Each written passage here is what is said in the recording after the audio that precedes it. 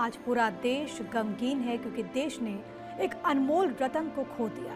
वो रतन जिसने अपना पूरा जीवन देश को समर्पित किया। बड़ी खबर और सबसे दुखदाई खबर यही है कि 86 साल की उम्र में रतन टाटा का निधन हो गया।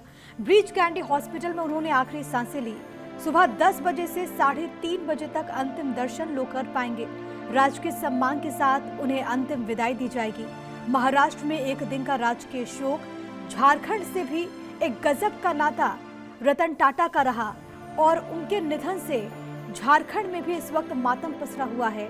एक दिन के राजकीय शोक का ऐलान कर दिया गया। रतन टाटा एक ऐसी शख्सियत जिसने भारतीय उद्योग जगत को एक दिशा दिखाई, एक ऐसी शख्सियत जो कि लाखों करोड़ों दिल का चहेता रहा, एक ऐसी शख्सियत जो कि सफलता के शीर्ष पर पहुंचकर भी जमीन से जुड़ा हुआ रहा। शायद ही इस देश में कोई होगा जिसने टाटा का नाम ना सुना हो।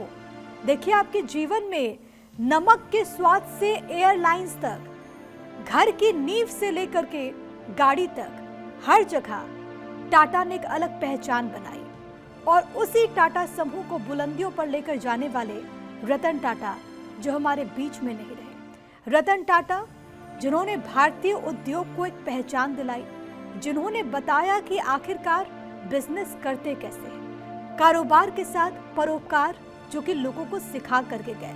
वो रतन टाटा जो कि अपनी आत्मकथा में इस बात का जिक्र करते हैं कि वो चाहते हैं कि उनके जाने के बाद उनकी विरासत को लोग कुछ इस तरीके से याद करें, लोग ये जाने कि टाटा समूह कैसे नैतिकता, कैसे बदलाव और किस तरीके से परोपकार का दूसरा नाम बना। और इन वर्षों में जब भी देश के सामने बड़ी चुनौती आई, रतन टाटा सामने नजर आए। रतन टाटा कोरोना काल में लोगों की मदद करते हुए नजर आए। मिडिल क्लास को किस तरीके से 4 पहिया वाहन का लाभ मिल सके, इसके लिए सबसे सस्ती गाड़ी उन्होंने लॉन्च कर दी। उनके जीवन के बारे में, उनके बारे में कुछ जो बड़ी बातें हैं उनको दर्शाती कुछ तस्वीरें आपके टीवी स्क्रीन पर। पशु प्रेमी के तौर पर उन्हें जाना जाता है। मिलनसार व्यक्तित्व जिनसे कोई भी एक बार मिलता तो उनका होकर के रह जाता।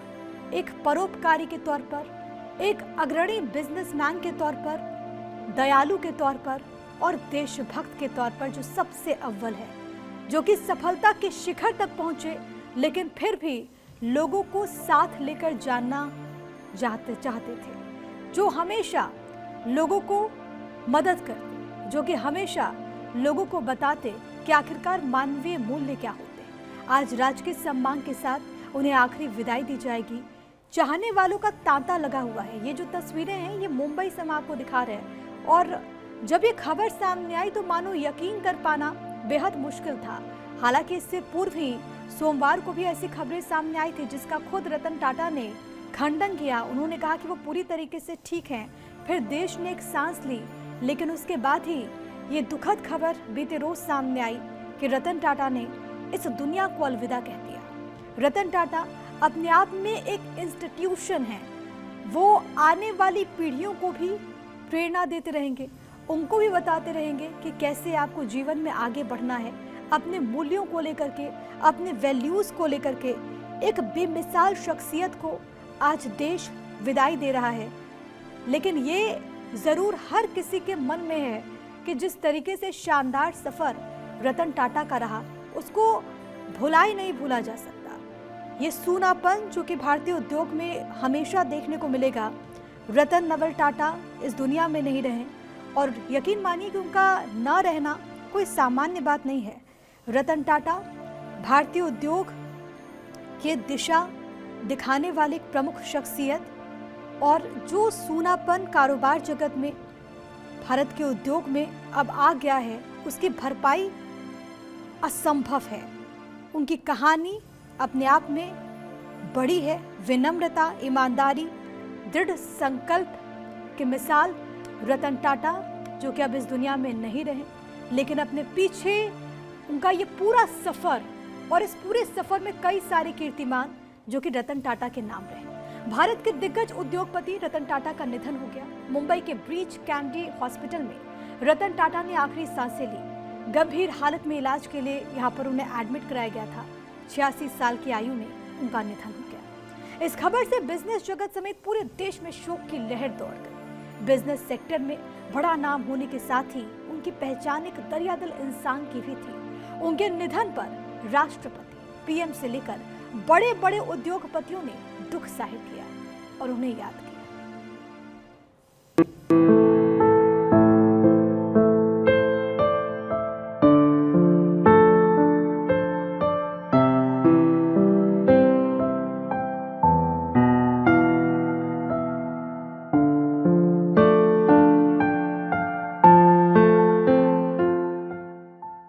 उद्योग जगत के महानायक, भारत के रत्न और एक दरियादिल इंसान, हिंदुस्तान ने एक अनमोल रत्न खो दिया। मुंबई के ब्रीच कैंडी अस्पताल में रतन टाटा का निधन हो गया। 86 साल की उम्र में उन्होंने अंतिम सांस ली।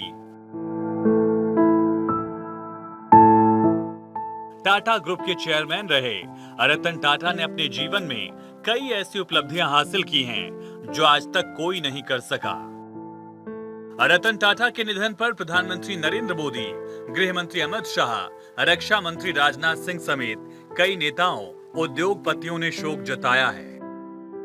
देश में सुनामी आई हो या कोरोना जैसी बीमारी या फिर 2008 में मुंबई में आतंकी हमला, रतन टाटा हमेशा सबसे आगे नजर आए। रतन टाटा ऐसी शख्सियत थे जिनके जैसा बन पाना हर किसी के बस की बात नहीं। सच्चे शब्दों में देश का एक रत्न चला गया, जिसके जाने से पूरे देश में शोक की लहर है। The death of a legendary Ratan Tata is virtually a national loss.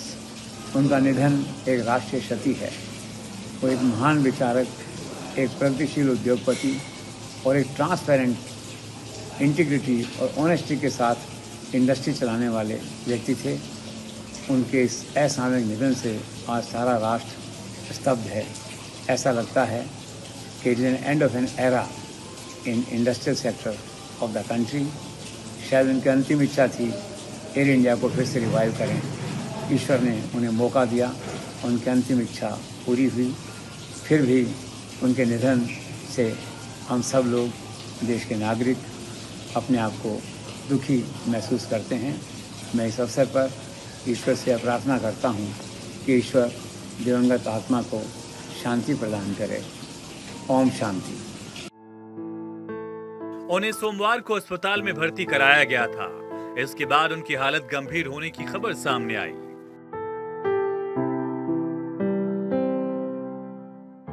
28 दिसंबर 1937 को सूरत में उनका जन्म हुआ। कॉर्नेल यूनिवर्सिटी से आर्किटेक्चर की पढ़ाई की। हार्वर्ड बिजनेस स्कूल से मैनेजमेंट की डिग्री हासिल की और 1961 में टाटा ग्रुप से करियर शुरू किया। साल 2012 में टाटा से रिटायर हुए रतन टाटा। साल 2000 में पद्म भूषण से सम्मानित किया गया। साल 2008 में पद्म विभूषण से नवाजा गया। टाटा ग्रुप के चैरिटेबल ट्रस्ट के प्रमुख बने रतन टाटा और रतन टाटा ने अपनी विरासत को एक नए मुकाम पर पहुंचाया। एयर इंडिया को अपने एम्पायर में शामिल किया। विदेशी कंपनी फोर्ड की luxury car brand land rover Jaguar को अपने पोर्टफोलियो में जोड़ा। लैंड रोवर जगुआर को $2.3 बिलियन यानी 19,000 करोड़ रुपए में खरीदा और साल 1998 में पहली स्वदेशी कार टाटा इंडिका लॉन्च की। रतन टाटा ने देश को सबसे सस्ती कार की सौगात भी दी। साल 2008 में मिडिल क्लास के लिए टाटा नैनो कार लॉन्च की। रतन टाटा को ब्लड प्रेशर में अचानक गिरावट के बाद मुंबई के ब्रीच कैंडी अस्पताल में भर्ती कराया गया था। 7 अक्टूबर को ही एक सोशल मीडिया पोस्ट में उन्होंने स्वास्थ्य संबंधी चिंताओं को अफवाह बताकर खारिज किया था और अपने फॉलोअर्स और प्रशंसकों को बताया था कि चिंता की कोई बात नहीं है और वो उम्र संबंधित चिकित्सा स्थितियों के लिए जांच करा रहे हैं। लेकिन अब उनके जाने के बाद पूरे देश में शोक की लहर है। ये बहुत ही दुखद घटना है और ये जानकर हम सबको बहुत दुख हुआ कि ये अभी नहीं रहे। लेकिन बहुत बुरा लग रहा है कि रतन टाटा जी जो हैं वो हमारे हृदय पे मतलब सही कहो तो सही में वो राज कर रहे थे। Ratan Tata was truly a great man and he was identity of the India. उनके बहुत इंसिडेंसेस हमने पढ़े सुने और उनसे हम प्रेरित भी होते हैं। जो भी उन्होंने लाइफ जीती है और जिनके सब पे राज किया है, वो देख के ऐसा लगता है कि रतन जी जैसा आदमी वापस होना चाहिए भारत में। भारत को और उनकी जरूरत थी और भारत सदैव उनका ऋणी रहेगा। बहुत कुछ उन्होंने दिया है और रतन जी के लिए हैट्स ऑफ। दिग्गज उद्योगपति और रिलायंस इंडस्ट्रीज के चेयरमैन मुकेश अंबानी ने रतन टाटा को याद करते हुए कहा, एक सच्चा दोस्त उन्होंने खो दिया है। वो अपने बड़े फैसलों को लेकर हमेशा सुर्खियों में रहे, चाहे फिर कार बनाना हो, कंपनी का अधिग्रहण करना हो या फिर निवेश को लेकर उनका कोई फैसला। रतन टाटा को टाटा ग्रुप को नई ऊंचाइयों पर पहुंचाने के लिए जाना जाता है। कारोबारी जगत में उनके कुछ फैसले तो नजीर की तरह पेश किए जाते हैं। 90 के दशक में पैसेंजर कार बनाने का निर्णय, यूरोप की दूसरी बड़ी स्टील कंपनी कोरस का अधिग्रहण, luxury car company Jaguar land rover में निवेश, दुनिया के बड़े चाय उत्पादक टेटली का अधिग्रहण, सबसे सुरक्षित और सस्ती कार बनाने का डिसीजन। एक अनमोल रत्न कहते हैं, वो रहा नहीं। ये भारत का कोहिनूर, हरपला भारत का कोहिनूर रहा नहीं, हमसे बिछड़ गया है, ऐसा मैं कहूँगा। और रतन टाटा जी हमारे में नहीं रहे, ये बहुत ही वेदनादायी दुखद घटना है हमारे लिए। टाटा ग्रुप जैसे बड़े समूह की अगुवाई करने के बावजूद रतन टाटा अपने कर्मचारियों के लिए हमेशा सुलभ रहते थे। उनके काम करने का स्टाइल ऐसा था, हर कोई उनके अंदाज का कायल था। रतन टाटा ने कैसे कामयाबी हासिल की, उसके पीछे 5 वजहें हैं। हमेशा कर्मचारियों के बीच रहकर काम करना, सबको साथ लेकर चलने की सोच रखना, आलोचनाओं से सीखकर आगे बढ़ना, जोखिम भरे फैसले लेकर सही साबित करना और हमेशा सकारात्मक सोच के साथ कारोबार करना। रतन टाटा का जन्म नवल टाटा और सुनी टाटा के घर हुआ। हालांकि उनके माता पिता बचपन में ही अलग हो गए और उनकी दादी ने उनकी परवरिश की। रतन टाटा ने बिजनेस सेक्टर में कई कीर्तिमान स्थापित किए। देश के सबसे पुराने कारोबारी घरानों में से एक टाटा समूह को बुलंदियों तक पहुंचाया। उन्हें देश में पद्म सम्मान मिला तो दुनिया भर के कई अवार्ड से उनको नवाजा गया।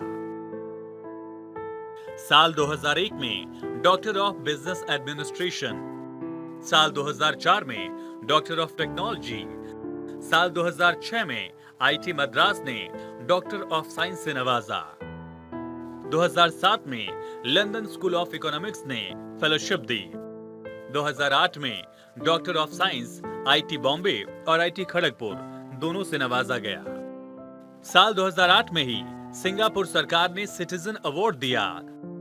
साल 2009 में ब्रिटिश एम्पायर ने नाइट कमांडर की उपाधि दी।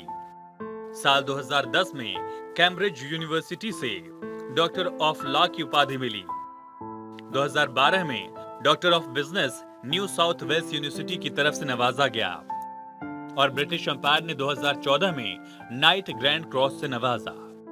रतन टाटा जी ये एक बहुत ही सफल उद्योगपति तो थे ही, लेकिन उससे भी बड़े व्यक्ति के रूप में हम उनको देखते हैं, क्योंकि जिस प्रकार से उन्होंने देश के लिए और समाज के लिए काम किया है, उन्होंने केवल सफल उद्योग नहीं खड़े किए, एक विश्वासार्हता खड़ी की, एक ऐसा ब्रांड खड़ा किया जिसने हमारे देश को एक ग्लोबल इमेज दी।